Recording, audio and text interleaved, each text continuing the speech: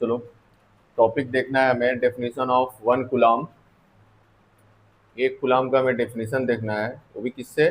From Coulomb's law से। किससे? Coulomb's law से। ठीक है, तो सबसे पहले डेफिनेशन देखने से पहले हमें देखो क्या करना पड़ेगा। हमें करना ये पड़ेगा, हमें लिखना पड़ेगा वी नो दैट। हम लोग जानते हैं कि जो कूलम्स लॉ होता है वो क्या होता है, F is equal to 1/4 pi epsilon not Q, sorry capital लिख सकते हो या स्मॉल, दोनों लिख सकते हो। यहाँ पे क्या लिख सकते हो, Q1 Q2 by are square. ठीक है, ये कहाँ से आया है? कूलम्स लॉ से। किससे आया है?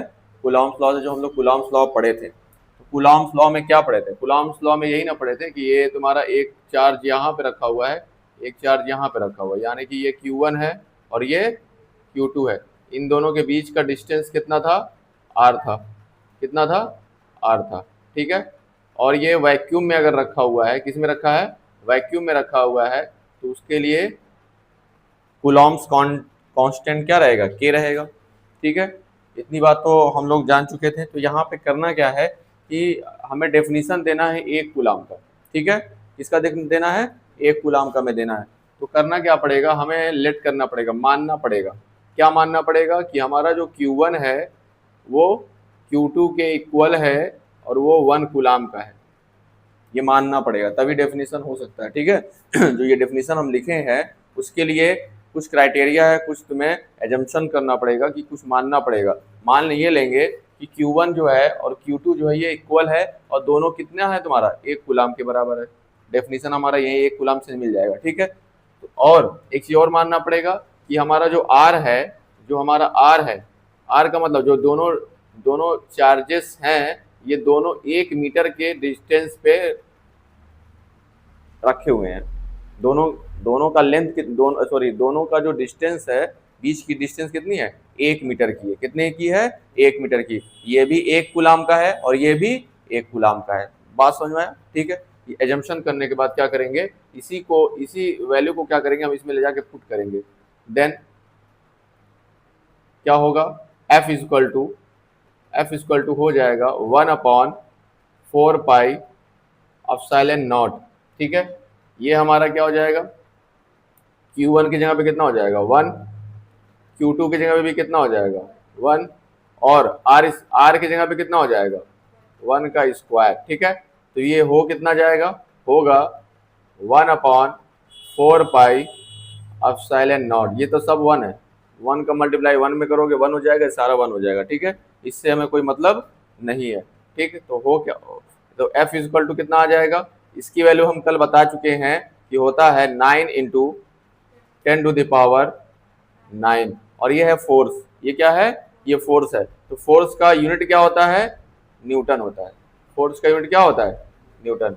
ये तुम्हारा कूलम्स इक्वेशन से या कूलम्स लॉ से मैंने क्या ला दिया, ये फोर्स कितना ला दिया? 9 इंटू 10⁹ ला दिया। ठीक है, और ये कब आया है? जब दोनों चार्जेस सेम सेम का ना प्रॉपर्टी के हैं, मतलब या तो प्लस है दोनों या तो दोनों माइनस है। ठीक है, बात समझ में? तो एक बात बताओ, दोनों में क्या लगेगा? अट्रैक्शन लगेगा, रिपल्सन लगेगा? रिपल्सन लगेगा। ये इसको इधर धक्का देगा, ये इसको इधर धक्का देगा। बात समझ में? जो फोर्स होगा वो रिपेल का होगा। क्या होगा? रिपेल का। रिपेल का मतलब रिपल्सन, दोनों एक दूसरे को धक्का देंगे। इतनी बात समझ में आया? अब डेफिनेशन देखो क्या है, कह रहा है सो 1 कूलम। क्या कह रहा है? सो 1 कूलम, और 1 कूलम का हमें डेफिनेशन भी देना है। सो 1 कूलम इज दैट, क्या है ये? Charge which replace N equals नहीं, रिप्लेस नहीं रहेगा, एक मिनट, यहाँ पे रिपेल रहेगा। क्या रहेगा? रिपेल करेंगे, यहाँ पे रिपेल कर लो, तो यहाँ पे गलती हो गई है। ठीक है, ठीक है, अब सही है। सो 1 coulomb is that charge which repel मतलब एक दूसरे को क्या करेंगे? धक्का देंगे। एंड इक्वल, और इक्वल होंगे, दोनों क्या होंगे? इक्वल होंगे। बात समझ में? एंड सिमिलर चार्ज होंगे। कैसे होंगे? Similar charge. सिमिलर चार्ज का मतलब क्या होगा? दोनों पॉजिटिव होंगे या तो दोनों नेगेटिव होंगे, और इक्वल होंगे दोनों। तो इक्वल यहाँ पे है भी, देखो दोनों क्या है, दोनों 1 कूलम का ये भी है, 1 कूलम का ये भी है, दोनों है। तो हो गया with force of 9 into 10⁹ Newton, 9 into 10⁹ Newton. ठीक है, यहाँ पे देखो वही वही यहाँ पे लग भी रहा है। When place in vacuum, vacuum में रखे हो, कहाँ रखे हो, वैक्यूम में रखे हो या एयर में रखे हो, at a distance of 1 metre, 1 metre के डिस्टेंस पे वो रखे हो। ये इतनी क्राइटेरिया रहती है तब जाकर के वो 1 कूलाम का हमें डेफिनेशन दे सकते हैं। ठीक है, बात समझ में, जो मैंने माना है उसी को इसमें उतार दिया गया है। मतलब ये कहना चाह रहा है कि 1 कूलाम चार्ज उसको बोलते हैं कि अगर का नाम है दोनों चार्ज इक्वल हो, दोनों चार्ज इक्वल हो, और दोनों चार्ज इक्वल होने के साथ साथ दोनों तुम्हारे उनकी नेचर भी कैसी हो, सेम हो, और उसके साथ साथ दोनों के बीच में डिस्टेंस कितनी हो, 1 मीटर की हो। तो उसमें जो फोर्स लगने वाला है, जो रिपल्सन फोर्स लगने वाला है, वो कितना होगा, 9 इंटू 10⁹ न्यूटन की होगी, तब जाकर के वो तुम्हारे 1 कूलाम चार्ज कहलाएगा। बात समझ में आया, ये चीज था, तो इसको नोट कर लो उधर वाला भी, ये डेफिनेशन ये नोट करो। देखो होता क्या है, ये समझने से पहले तुमको एक चीज समझना पड़ेगा कि कोई भी अगर मान लेते हैं कंडक्टर है, ठीक है, मान लो ये कोई कंडक्टर है, कंडक्टर का मतलब क्या होता है, जिसमें चार्जेस हो, जिसमें चार्जेस हो और उसमें करंट फ्लो हो सके, वही मेरा क्या कहलाता है, कंडक्टर कहलाता है। ठीक है, ये कंडक्टर मान लेते हैं एयर में रखा हुआ है, कहाँ पर रखा हुआ है, एयर में रखा हुआ है। तो जब एयर में रखा होगा तो इसका परमिटिविटी जो होगा, परमिटिविटी कांस्टेंट होगा, वो क्या होगा, एप्सिलॉन नॉट, ये हम बता चुके हैं। ठीक है, परमिटिविटी कांस्टेंट जो होता है वो क्या होता है, एप्सिलॉन नॉट, एयर के लिए, किसके लिए, एयर के लिए। ठीक है, इसका नाम क्या है, एप्सिलॉन नॉट। ठीक है, अब इसी कंडक्टर को उठा करके किसी मीडियम में रख दो, इसमें रख दो, किसी मीडियम में रख दें, वो मीडियम कुछ भी हो सकता है, वो मीडियम तुम्हारा ऑयल हो सकता है। ठीक है, क्या हो सकता है, ऑयल हो सकता है, वाटर हो सकता है। ठीक है, या तुम्हारा क्या कहते हैं, थर्मोकोल होता नहीं है, थर्मोकोल, उसमें रख सकते हो। ठीक है, तो ईटीसी बहुत सारे ऐसे जो हैं मीडियम हैं जिसमें तुम क्या कर सकते हो, उसको रख सकते हो। ठीक है, तो उस मीडियम का जो परमिटिविटी कांस्टेंट होता है वो एप्सिलॉन होता है। क्या होता है, वो एप्सिलॉन होता है। इतनी बात समझ में आ रही है। ठीक है, और इसका एयर के लिए जो परमिटिविटी कांस्टेंट होता है वो कितना होता है, 8.85 इंटू 10⁻⁻12, कितना होता है, -12 कूलाम स्क्वायर मीटर पर न्यूटन। ठीक है, कूलाम स्क्वायर मीटर पर न्यूटन होता है। ठीक है, इतनी बात समझ में आया। अब ध्यान दो, पहले होगा क्या कि ये तुम्हारा एयर के लिए परमिटिविटी कांस्टेंट है और ये मीडियम के लिए परमिटिविटी कांस्टेंट है। ठीक है, तो अब जो हमें पढ़ना है ये रिलेटिव क्या होता है, हमेशा रिलेटिव जो होता है ये रेशियो होता है। क्या होता है, रेशियो, दो सेम चीजों का रेशियो लिया जाता है। ठीक है, तो रिलेटिव परमिटिविटी जो पढ़ना है हमें, एप्सिलॉन आर, क्या पढ़ना है, एप्सिलॉन आर। आर का मतलब ये होता है रिलेटिव, आर का मतलब क्या होता है, रिलेटिव। तो ये इसमें कह रहा है द रेशियो, ये रेशियो है, क्या तुम्हारा, रेशियो का मतलब क्या होता है, न्यूमरेटर अपॉन डिनोमिनेटर। क्या होता है, न्यूमरेटर और अपॉन डिनोमिनेटर। तो इसका मतलब कह रहा है the ratio of permittivity of the medium, किसका, मीडियम, यानी कि कोई भी मीडियम, पहले मीडियम वाले को न्यूमरेटर में रखना है, मीडियम वाले को न्यूमरेटर, यानी कि इसको रखना है एप्सिलॉन को ऊपर। ठीक, उसके बाद कह रहा है to the permittivity of free space. Free space का मतलब एयर में, फ्री स्पेस का मतलब क्या होता है, एयर में, इज नोन एज द, यानी कि नीचे जो रखना है हमें वो एप्सिलॉन नॉट रखना है। बात समझ में आया। पहले समझो, पहले यहाँ पे कह रहा है रिलेटिव परमिटिविटी कांस्टेंट जो होता है ये रेशियो होता है। किसका रेशियो होता है, ठीक है, किसी मीडियम का परमिटिविटी कांस्टेंट, और तुम्हारा क्या नाम है, फ्री स्पेस का कोई परमिटिविटी कांस्टेंट का जो रेशियो होगा, यही मेरा कहलाता है रिलेटिव परमिटिविटी कांस्टेंट। बात समझ में आया। और इसी को बोलते हैं डाई इलेक्ट्रिक कांस्टेंट। क्या बोलते हैं इसको, डाई इलेक्ट्रिक कांस्टेंट। तो K is equal to E R, sorry epsilon R is equal to epsilon upon epsilon not. इतना तुमको याद रखना है। बात समझ में? यहाँ से क्वेश्चन पूछता है डायरेक्टली तुमको क्वेश्चन ये पूछता है, कहेगा ये दे देगा तुमको, ये तुमको दे देगा, ये तुमको तो याद होना चाहिए, ये तुमको याद होना चाहिए। कहेगा बताओ का नाम है रिलेटिव परमिटिविटी कांस्टेंट कितना है, ये तुमको पूछेगा। ये हमें दे देगा, ये तो हमें पता है, दोनों का रेशियो ले लेंगे, हमें क्या मिल जाएगा, रिलेटिव परमिटिविटी मिल जाएगा या डाई इलेक्ट्रिक कांस्टेंट मिल जाएगा। बात समझ में आया? ठीक है, तो ये यहाँ से एक फार्मूला और निकलने वाला है कि एप्सिलॉन इक्वल टू क्या हो जाएगा, जहां पे भी एप्सिलॉन होगा, देखो एप्सिलॉन है ना, एप्सिलॉन का मल्टीप्लाई जो है इसमें ले जाकर कर सकते हैं कि नहीं, इसमें ले जाकर कर सकते हैं, एप्सिलॉन इनटू एप्सिलॉन आर। पहला फार्मूला ये निकल गया, मतलब यहाँ पे एप्सिलॉन को अगर रोक लें, ये डिवाइड में इधर जाके क्या हो जाएगा, मल्टीप्लाई में हो जाएगा। ठीक है, तो क्या हो जाएगा, epsilon not into epsilon R. दूसरा फार्मूला और एक और मिलेगा, एप्सिलॉन इक्वल टू, इसका मल्टीप्लाई इसमें ना करके इसका मल्टीप्लाई यहाँ भी कर सकते हो। ठीक है, तो क्या मिल जाएगा यहाँ पे, एप्सिलॉन इनटू के, सॉरी एप्सिलॉन नॉट इनटू के। दो फार्मूला यहाँ से तुमको याद रखना रहेगा, या तो इसको याद रखे रहो या तो इन दोनों को याद रखे रहो। यहाँ से डायरेक्टली तुम्हारा क्या पूछेगा, क्वेश्चन पूछेगा। बात समझ में आया?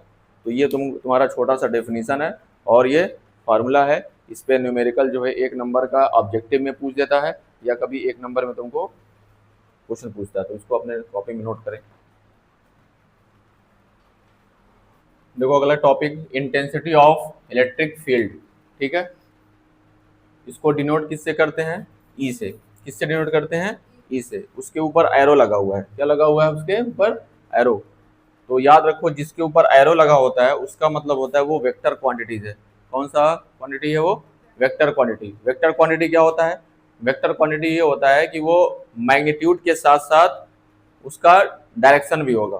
क्या होगा, मैग्नीट्यूड के साथ साथ क्या होगा, उसका डायरेक्शन। जैसे फोर्स है, फोर्स अगर हम कहें कि तुम का नाम है 10 न्यूटन का फोर्स लगाओ, 10 न्यूटन का फोर्स लगाओ, तो 10 न्यूटन का फोर्स अगर लगाओगे तो किधर लगाओगे, लेफ्ट साइड की, राइट साइड की, ऊपर की, नीचे।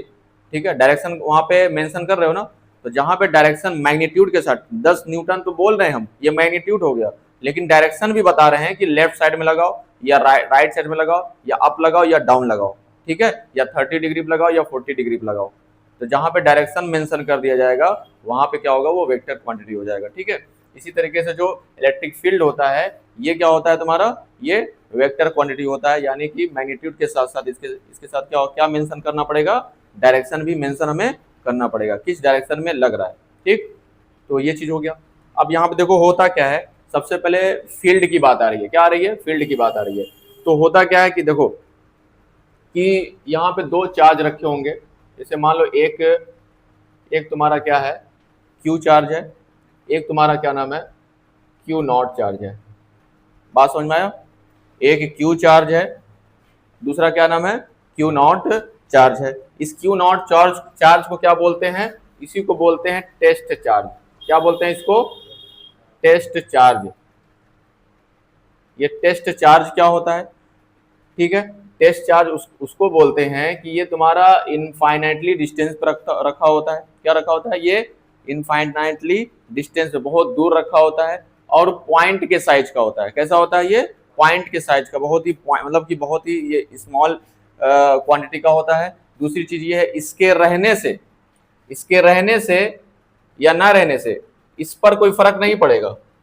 बात समझ में आया, इसके रहने से, ठीक है, जैसे ये भी मान लो पॉजिटिव है, ये क्या है, ये भी पॉजिटिव है और ये तो हमेशा पॉजिटिव ही होता है। ये हमेशा क्या होता है, टेस्ट चार्ज को हमेशा क्या मानते हैं कि वो पॉजिटिवली चार्ज है। ठीक है, तो अगर ये भी प्लस चार्ज है, ये भी प्लस चार्ज है, दोनों प्लस चार्ज है, दोनों के बीच में अट्रैक्शन होगा कि रिपल्सन होगा, रिपल्सन होगा। दोनों सेम नेचर के हैं तो दोनों एक दूसरे को धक्का देंगे। ठीक है, लेकिन यहाँ पे टेस्ट चार्ज का डेफिनेशन ये दिया गया है कि ये बहुत स्मॉल होता है और इसके रहने से इस पर फर्क नहीं पड़ेगा, लेकिन इसको स्टडी करने के लिए इस पर कितना इफेक्ट पड़ रहा है उसको काउंट करते हैं। बात समझ में आया, जैसे एक ताकतवर आदमी है और एक कमजोर आदमी है, तो कमजोर आदमी का इफेक्ट मजबूत आदमी पे नहीं पड़ेगा, लेकिन मजबूत आदमी का क्या होगा, कमजोर आदमी पे इफेक्ट पड़ेगा ना, वही चीज है। तो टेस्ट चार्ज उसको बोलते हैं जिसका क्या नाम है, दूसरे चार्ज पर इफेक्ट ना हो, लेकिन दूसरे चार्ज की वजह से इस पर इफेक्ट हो। बात समझ में आया? ठीक। अब देखो, जैसे ये अगर ये चार्ज रखा हुआ है, ये वाला चार्ज रखा हुआ है, तो इसका एक फील्ड होता है। इसका क्या होता है, एक मान लो ये इसका फील्ड है। बात समझ में आया? फील्ड का मतलब वो किसने रेंज में क्या नाम है, वो किसी दूसरे चार्ज को अट्रैक्ट कर सकता है या उसको रिपेल कर सकता है, यानी कि वो खींच सकता है या उसको धक्का दे सकता है। ये होता है तुम्हारा फील्ड, ठीक है। और तुम्हारा इसमें नाम क्या है, इसमें नाम है तुम्हारा इंटेंसिटी। इंटेंसिटी का मतलब होता है कि उसमें कितना ताकत, कितना उसमें का नाम है, उसमें कैपेसिटी है जो किसी को धक्का दे सकता है या उसको खींच सकता है। बात समझ में? तो यहाँ पे इंटेंसिटी ऑफ इलेक्ट्रिक फील्ड का डेफिनेशन जो दिया गया है, E is equal to Q not, और ऊपर क्या रहेगा, ये इलेक्ट्रिक फोर्स, क्या रहेगा, इलेक्ट्रिक फोर्स।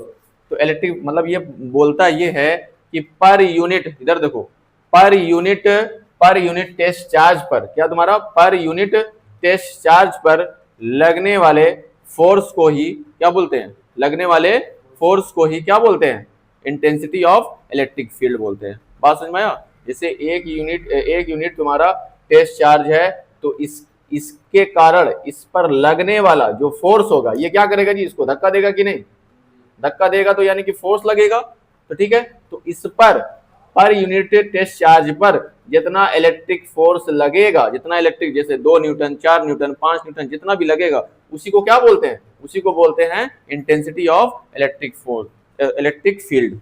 बात समझ में आया? देखोगे भी का नाम है, एक एग्जाम्पल भी दे रहे हैं। जैसे मान लो एक इलाका है, ठीक है, किसी सभासद है, मान लो किसी एरिया का कोई सभासद है, पार्षद है, वो क्या करता है, वो पार्षद पे डिपेंड करता है कि पार्षद कैसा है, कि हम उससे डरेंगे कि हम उससे नहीं डरेंगे। बात समझ में? जैसे देखो क्या नाम है, किसी इलाके में क्या होगा, किसी एक मोहल्ले में का नाम पार्षद बहुत कमजोर है, ठीक है, कोई आया उसको, पार्षद जी का है ठीक बाटा, वैसे काम नहीं करेला, वैसे काम नहीं करेला, तो उस पार्षद का एक एक लोग पे इफेक्ट क्या है, कम है ना। बात समझ में आया? लेकिन वही पार्षद एकदम दमदार रहे, एकदम गजब का रहे, एकदम उसकी बने रहे, ठीक है, तो अब क्या होगा, कोई उससे सवाल जवाब नहीं कर पाएगा। तो यानी कि उस पार्षद का एक एक लोग पे इफेक्ट क्या है, ज्यादा है। तो यानी कि इंटेंसिटी इलेक्ट्रिक फील्ड क्या है उसका, बहुत शानदार है। लेकिन जो कमजोर है, अब वही चीज है कि अगर ये मजबूत है, जान दो पहले, अगर ये मजबूत है तो इसका इफेक्ट एक एक लोग पर, मतलब एक एक, जैसे मान लो यूनिट चार्ज है ना ये, इस पर क्या होगा, इंटेंसिटी उसकी ज्यादा रहेगी। अगर ये खुद कमजोर है, इसकी इलेक्ट्रिक फील्ड खुदे कमजोर है, तो क्या करेगा, इस पे इफेक्ट करेगा, फोर्स लगेगा ही नहीं। तो वही चीज इसमें भी होता है, चार्जेस के बीच में भी होता है कि कोई अगर चार्ज है तो उसका एक इलेक्ट्रिक फील्ड होता है, और उसके अंदर अगर कोई का नाम है टेस्ट चार्ज रखा हुआ है, तो उस पर कितना फोर्स जनरेट होगा, वही तुम्हारा क्या कहलाता है, इंटेंसिटी ऑफ इलेक्ट्रिक फील्ड। ठीक है, बात समझ में आया? इसका यूनिट क्या होगा जी, यहां से देखो एक फार्मूला और निकल सकता है। क्या निकल सकता है जी, एफ, फोर्स को रोक लो, फोर्स को क्या कर लो, यहां रोक लो, इसका मल्टीप्लाई इसमें होगा कि नहीं, हाँ, क्या हो जाएगा, ई नॉट, सॉरी वेक्टर ई और क्यू नॉट हो जाएगा। ये फार्मूला, सेकंड फार्मूला यहां से निकल गया। इसी फार्मूले से दूसरा फार्मूला हम लोग बनाए हैं, ठीक है। कभी कभी ये ऑब्जेक्टिव में पूछता है रिलेशन बताओ, ई में और एफ में रिलेशन बताओ, तो ये दे देगा, ये ऊपर कर देगा, इसको नीचे कर देगा, या इसको यहाँ कर देगा, इसको यहाँ कर देगा, कुछ उल्टा फुल्टा दे देगा, एक सही देगा, उसी को टिक मारना होता है। बात समझ में आया? यहाँ से न्यूमेरिकल भी लगेगा, और उसके साथ साथ यूनिट बताना होगा। यूनिट मतलब ये होता है किसमें इसको मेजर करते हैं, किसमें इसको नापते हैं, ठीक है। जैसे लेंथ को किसमें नापते हैं, लेंथ को हम लोग मीटर में नापते हैं, वॉल्यूम को हम लोग उसमें क्या ना तुम्हारा लीटर में नापते हैं, मास को किसमें नापते हैं, मेजर करते हैं, केजी में नापते हैं, तौल के नापते हैं ना। उसी तरीके से इंटेंसिटी ऑफ इलेक्ट्रिक फील्ड को किसमें नापेंगे, इसको देखो ऊपर क्या, ये ई जो है किस पे डिपेंड कर रहा है, फोर्स पे डिपेंड कर रहा है, किस पे डिपेंड कर रहा है, फोर्स पे डिपेंड कर रहा है, और किस पे डिपेंड करता है, चार्ज पे डिपेंड कर रहा है, ठीक है। तो फोर्स का यूनिट क्या होता है, न्यूटन, और चार्ज का यूनिट क्या होता है, कूलाम। क्या होता है, कूलाम होता है ना। तो एक बात बताओ, न्यूटन ऊपर है तो न्यूटन रहेगा, और ये चार्ज कहाँ है, नीचे है ना, तो क्या हो जाएगा, न्यूटन पर कूलाम। क्या हो जाएगा, न्यूटन पर कूलाम। एक चीज और, इसको ऐसे भी लिख सकते हो, इसको ऐसे भी लिख सकते हो, न्यूटन लिख करके, ये नीचे है ना, अगर ऊपर लिखते हो तो इस पे पावर कितना है, 1 है ना, तो पावर -1 लिख देंगे अगर ऊपर लिखना हो तो, ठीक है। अगर डिवाइड नहीं लिखना चाहते हो, तो अगर इस तरह लिखना चाहते हो तो इसका पावर जो है माइनस लिखना पड़ता है, क्योंकि नीचे से कोई ऊपर जाती है तो उसका पावर क्या हो जाता है, अपोजिट हो जाएगा। ये चीज हो गया। दूसरा एक और यूनिट होता है जी, वोल्ट। क्या होता है जी, वोल्ट पर मीटर। क्या होता है, वोल्ट पर मीटर। इसको शॉर्ट फॉर्म में लिखते हैं V/m, V/m, यानी कि वोल्ट पर मीटर होता है। ये सेकंड तुमको क्या नाम है, इसका यूनिट भी याद करना पड़ेगा, और ये इसका यूनिट बार बार पूछता है, ठीक है। ये वाला तो सबको याद होता है, ये वाला क्या होता है, सबको याद होता है, लेकिन ये वाला याद नहीं होता, तो इसको अपने कॉपी में नोट करना तो है, लेकिन और चीज और भी, इसका DF भी याद करना है। क्या याद करना है जी, इसका DF का मतलब जी बताओ, डायमेंशनल फार्मूला। क्या होगा, डायमेंशनल फार्मूला। तो डायमेंशनल फार्मूला इसका निकलेगा कैसे, ध्यान दो पहले। न्यूटन का होता है mL/T/-2। न्यूटन का क्या होता है, जिससे फोर्स है ना, ऊपर क्या है तुम्हारा, न्यूटन है ना, तो न्यूटन का क्या होगा, mL/T/-2। नीचे क्या है, चार्ज है, चार्ज का होता है AT। चार्ज का क्या होता है, AT, हम बता चुके हैं। अब यहाँ से क्या होगा, ध्यान दो पहले, देखो T पर कितना है, T पर कितना है, नीचे 1 है ना, ये कूद के कहाँ जाएगा, ऊपर जाएगा, तो एक T पर -2 पहले से है, और ये T ऊपर जाएगा तो ये भी माइनस में हो जाएगा, ठीक है। तो T पर कितना हो जाएगा, -3 हो जाएगा। क्या हो जाएगा, यानी कि ml T/-3, और A ऊपर जा रहा है, तो A पर 1 है, ऊपर जाके क्या हो जाएगा, A पर -1। तो इसका DF भी पूछता है, ठीक है। तो इतना तुम लोग को पता होनी चाहिए, इसको अपने कॉपी में नोट करो।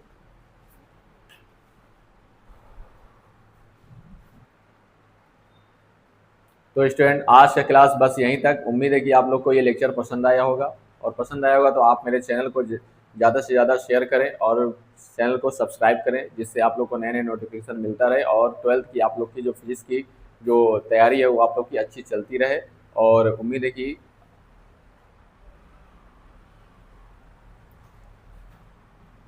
तो स्टूडेंट, आज का क्लास बस यहीं तक। उम्मीद है कि आप लोग को ये लेक्चर पसंद आया होगा, और पसंद आया होगा तो आप लोग मेरे चैनल को ज़्यादा से ज़्यादा शेयर करें और सब्सक्राइब करें, और कमेंट में आप लोग जो है, जो भी आप लोग की दिक्कत है उसको ज़रूर आप लोग मुझे शेयर करें, जिससे हमें पता चल पाए कि आप लोग को दिक्कत क्या हो रही है, और आप लोग पढ़ाई अच्छे से करते रहे, जिससे आप लोग को मार्क्स अच्छे मिलते रहे। तो आज के लिए बस इतना ही, धन्यवाद।